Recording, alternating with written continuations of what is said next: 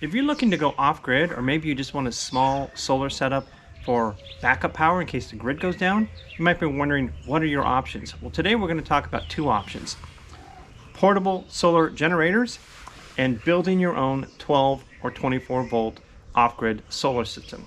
So today we'll go over the advantages and disadvantages of both.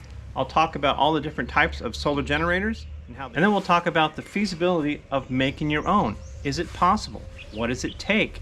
Does it take training? Does it take tools? Is it something that is even feasible? That's what we're going to be talking about today.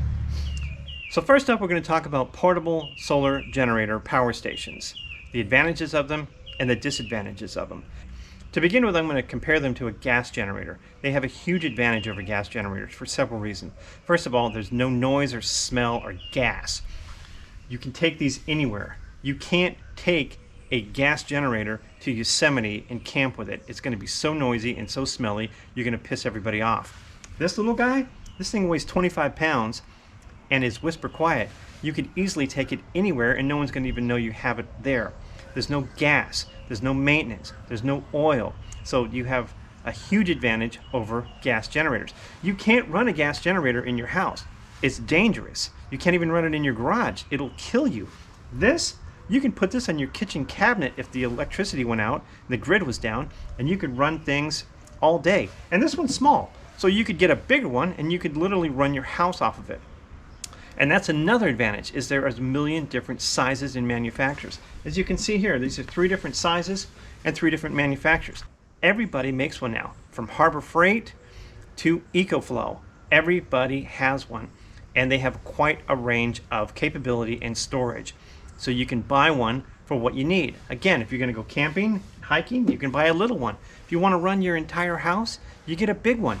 And there are bigger ones in this, and there's actually smaller ones in this. So there are ones that are 3-4 times this size that can run everything in your house. Literally, you could hook it up to your load center and power your entire house if the electricity went down. And they're plug and play. You don't need any knowledge. You turn it on and you plug things in. Your grandmother could do it. It takes 0 technical knowledge. They're warranted, so if something goes wrong, you send it back and they send you a new one. Most of them have several year warranties. I think some of them have 5 or 10 year warranties. But they are incredibly appealing. I mean, the plug and play simplicity, the easy setup, easy to use, portable, lightweight.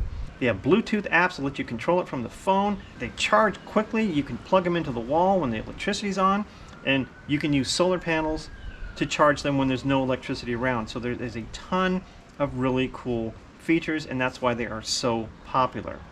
Now let's talk about some of the disadvantages of them. Even though they are a lot more cost effective and inexpensive than they were just a few years ago, they're still kind of pricey. Even a little unit like this is going to cost you $300 or more, and if you want to get one that runs your whole house, like a really nice EcoFlow, it's going to cost you $3,000–$4,000. So they can be pricey, and even though you can't expand the energy on most of them, you can't expand the power. So like in this one does 1200 watt output, so that's fine for running small devices. But say you wanted to now run a microwave and a hairdryer, well, you can't upgrade that. So they do have some drawbacks. I mean, the higher cost and significantly more expensive than doing it yourself, the fixed output, the limited expandability, so they're not a perfect choice for everyone.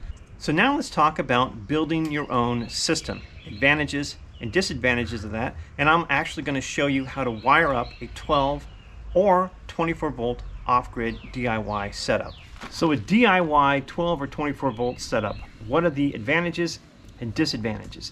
To begin with, I'm going to start with the disadvantages, because as you look at this big mess of equipment, the first thing you're going to think is, what is all that stuff? How does it all work? What are these components? What are these things? How do they all go together? I'll never be able to wire that all together. So it can be daunting and intimidating for someone who's never done this to build your own system. Where do you even start? What are all these things? What does this thing do? How does it work? Where does it plug in? And okay, that's a battery, but how do I plug in the battery? How do I keep this safe? What do I do if there's a problem? It's intimidating and it's hard to begin. That's really the biggest disadvantage to a DIY setup, is how do I begin? But the advantages are huge. First of all, it's a lot cheaper to build. You can buy a $150 battery, you can buy a $150 inverter, and some supplies, and you can build a DIY system that is comparable to a power station for a fraction of the price. So it's much, much more cost effective. And you're building something that you know. So if something does break or something fails, you know the system, so you can replace and upgrade it. Now, upgrading, that's a huge thing. You can build this system as big as you want, and you can upgrade the components. Let's say you start with the inverter. What the inverter does is the inverter takes the stored DC energy and turns it into usable AC energy, and it's limited. This one can output 1200 watts, similar to that power station we talked about. But let's say that now you need 2000 watts. Well, you can unplug this, buy yourself a bigger inverter, and not have to replace any of the other items. So you can replace and upgrade things as you need it. And storage, you can add battery after battery after battery. You could make this thing almost unlimited in size for storage. So the expandability is really, really a huge advantage. And I really like the fact that this empowers you. Once you learn how to do this, and again, I'm going to show you how to build this in a few minutes, it makes you feel powerful because now you are in complete control of your destiny. You don't have to rely on anybody else. This is your system. You built it to your specs, to your needs, and you know everything that's going on. So there's a sense of comfort and safety that comes with that. So which is the best way to go for you? Well, to help you make that decision, I'm going to make it more tangible. What I'm going to do is I'm going to actually take this power station, which is a 2400 watt, 2000 watt hour power station, and I'm going to make a comparable DIY build. I'm going to show you all the steps, everything it takes to do it, and then you can judge for yourself.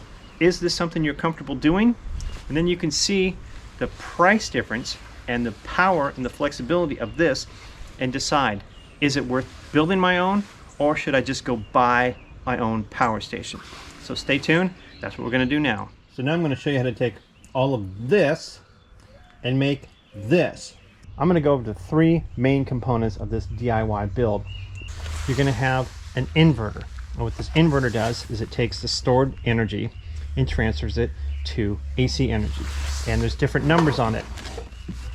The one we're going to use is a 2000 watt inverter, which means we can output 2000 watts of power. Now the portable power station can actually do 2400, so it's not one for one exact, but it's pretty close. This is a 12 volt inverter. If you were going to be building a 24 volt build, you would use a 24 volt inverter like this one. Now this one's a 1200 watt. We're not going to be using it, but I want to show you that you can get a 12 volt inverter or a 24 volt inverter. The next thing we're going to need is a charge controller.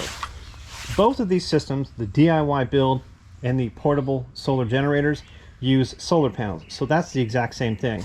What this does is this regulates the solar panels. Solar panels can output 85, even 100 plus volts. And the batteries inside a portable power station or a DIY build can only be charged at 14.6. So what this does is it takes the energy coming in, lowers the voltage to usable energy. So it'll take up to 75 volts of energy in and turn it into less voltage and higher amperage. In this case, up to 15 amps of energy. That's what the 75 and 15 mean. So this is a needed piece, and I'll show you how to wire it up. Now the most obvious piece, and probably the one that you're familiar with, is a battery. You need a way to store the energy. There are a lot of different ways to store it. I'm just using these because this is what I happen to have. Nowadays you can buy a good quality lithium iron phosphate 12 volt battery for 150 bucks. So there's a million of them out there. I'm going to show you the advantages of using something like this in a second, but this is what we're going to base it on, a 12 volt battery. Now in our case, we're actually going to use two, because each one of these batteries can output 1200 watts of energy. But remember, we're building something that can do 2000 watt hours of energy. So we need two of them. And these are in parallel, which means they're doubled the capacity, but they're still 12 volt batteries. Now, this is where, if you wanted to build a 24 volt system, what you would do is you take them out of parallel and then you put them in series, which would mean you connect the positive of one to the negative of the other, and then the positive and the negative terminals are now 24 volt. So you use that if you wanted to make a 24 volt system. So the first thing you have to do is build a cart. And you don't have to do a cart, but I am making a portable power station DIY build. So that's why I wanted to build the cart. So I just got a Harbor Freight cart, put some plywood, cut some holes. I'm not going to get into that because this isn't a woodworking channel, and if you're crafty, you'll be able to make a better cart than me. And you don't have to make a cart. You could have a DIY build that was a stationary setup, but I did want it to be portable. A disadvantage to the setup is it's not nearly as portable and as compact as that power station that we are trying to copy. So I've already attached the battery switch. Come around on this side, you can see there's already a wire attached to it. I have the wire hooked up to the positive. So now I'm going to install the A&L fuse, and if you've never done that, the instructions are actually on the box. You want to put the cable first, resting on the nut, and you want to put the flat washer on both sides. Actually, make sure you use the proper flat washer. Sorry about that. I don't know where that one came from. And then you want to put your fuse on. Now let's talk about this fuse. This is a 200 amp fuse, because remember, the maximum current that's going to go through here is about 160 amps, theoretically. So you want to have that bigger than that, 25% more. So the next bump up would be 200 amps. Now, if this was a 24 volt system and the maximum going through this was going to be about 85, then you could put a 100 amp fuse in there.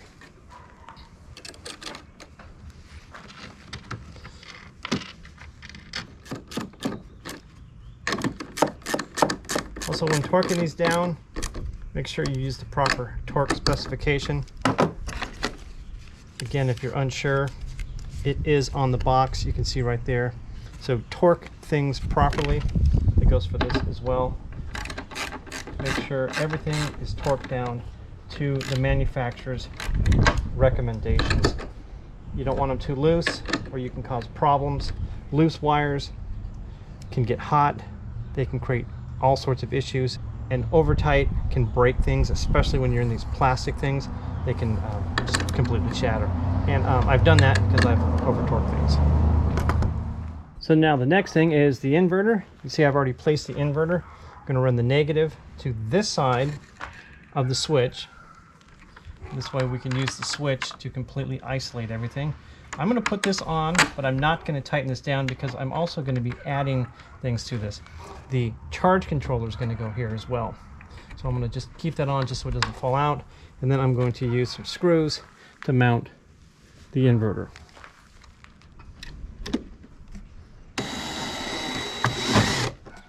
Now we're going to wire the negative side. So I'm going to go from the negative terminal over here. Remember, the opposite of this. I'm going to come down to my shunt. Now what a shunt does is it's a great way to monitor what's going on in your system. You hook this monitor up to the shunt, you can watch stuff. I don't particularly like them anymore because nowadays everything is Bluetooth and you can monitor things on your smartphone. So I think these physical monitors are just archaic. I don't like using them, but I have to use this because this is my bus bar, and this is a 100 amp bus bar, so it's way too small. You have to use proper size bus bars along with wire. So not only is it too small as in 100 amp, but look at how small these posts are. So it's just way too small. I can't use it, so I have to use this. So what I'm going to do is I'm going to go from battery B to the battery. Then everything else will hook up here, and I'll basically be using it as a bus bar. But if you notice this little wire here, this needs to be powered. Now it's already getting negative because of course it's in the middle of the negative side, but it needs to have a positive from here up to here so it can be energized. But if you notice, it's a black wire. So what I'm going to do is I'm going to use red liquid electrical tape so it's marked red so there's no confusion. Just like this one here has red on it, because if it's a positive wire, you want to make sure it's red so everybody knows.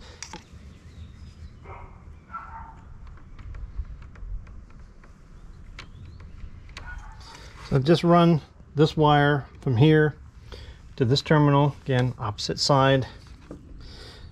And just going to slip it on. So now the negative of the inverter will go on this side, the P side. Now I'm going to put this on, all these pieces on, but this is just temporarily because something else has got to go on here. I've got to put the charge controller negative on here. So I'm just going to put these on so I don't lose them. I want to mount the monitor for the shunt now.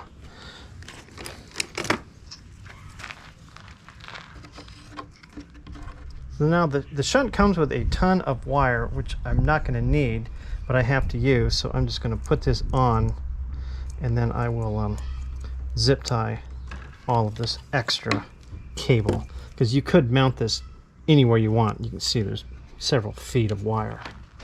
Next up is the charge controller. You can see I've already mounted it, and I'm going to add 2 circuit breakers, but they're very, very different type of circuit breakers. This circuit breaker is going to go between the charge controller and the rest of the system, and then this circuit breaker is going to go above it, and it's going to be between the charge controller and the solar panels. Now the circuit breakers are mounted, and they're completely different types of circuit breakers, and they're not interchangeable.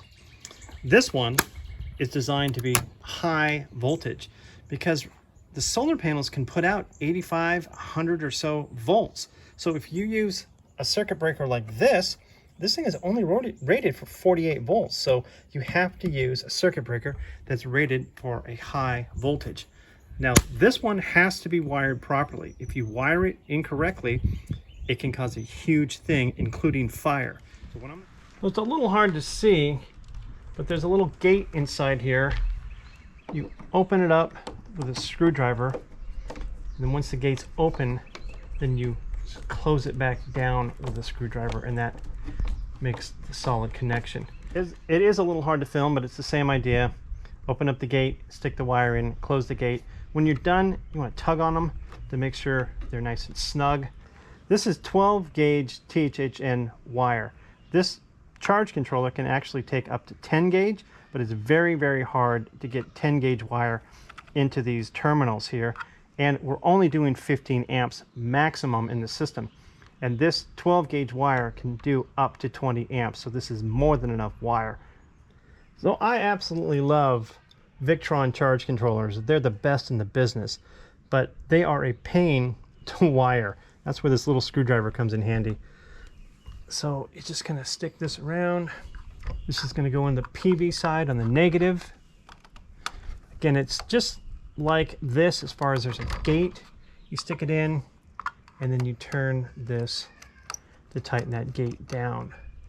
So the only thing of note about this is you want to use these ends that are really small that fit over there. Can't remember what size they are, but maybe a 1/4 inch. And then on this end, you want to make sure the end is bigger so it can fit over that. But that's pretty much it. I just wired it from there, then from the circuit breaker over to here, where it's on this side of the battery switch, and that's what I'm about to do now. The last wire is the negative, the charge controller, and that goes back over here to the shunt. And that is the wiring. I'm going to tighten this one down real quick. I do want to talk about a couple things before we go live on this.